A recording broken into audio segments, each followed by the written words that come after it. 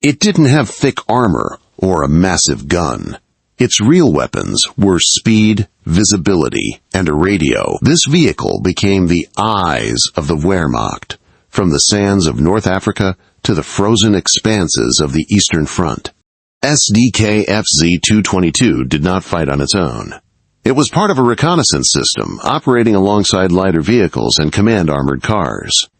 But this very logic stopped working when the war became longer and far more brutal. Today, we take a closer look at a legend of German reconnaissance, how it was created, and why its crews valued it so highly, despite all its flaws.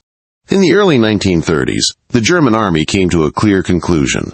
Motorcycle reconnaissance was fast, but often deadly, while armored cars based on trucks were helpless once they left paved roads. What the army needed was a purpose-built reconnaissance predator. Fast, protected, and capable of operating beyond the road network. That task was taken on by Germany's industrial heavyweights.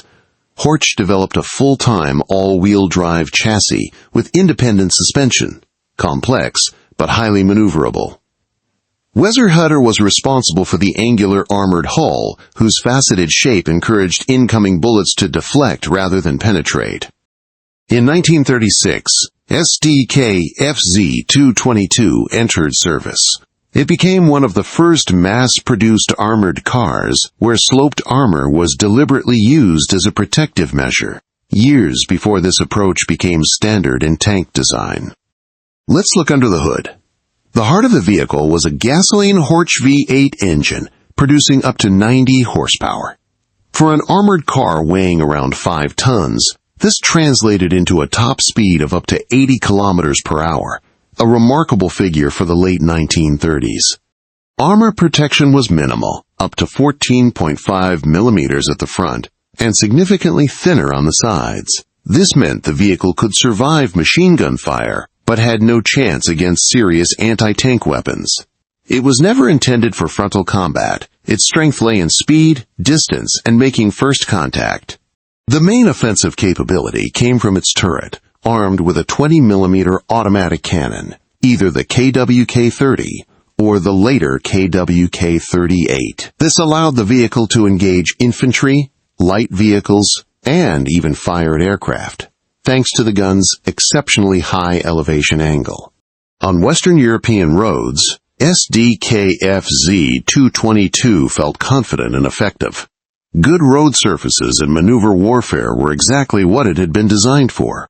In North Africa, these vehicles were valued for their mobility, despite constant problems with sand, worn tires, and overheating engines.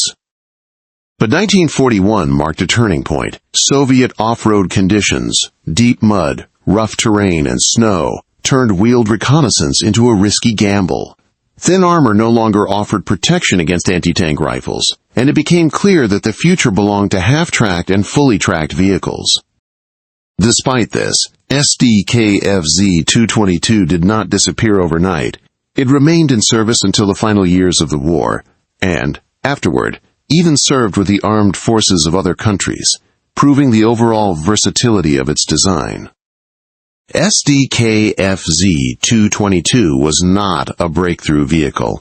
It was a reconnaissance machine, one that was meant to see the enemy first and either pass on the coordinates or pull back in time. It operated in an era when speed and information still mattered more than thick armor. But the war was changing. Sd.Kfz.222 did not lose to the enemy. It lost to the changing nature of war. It became a symbol of the Blitzkrieg era, fast, technological, and unforgiving to its own crews. What do you think?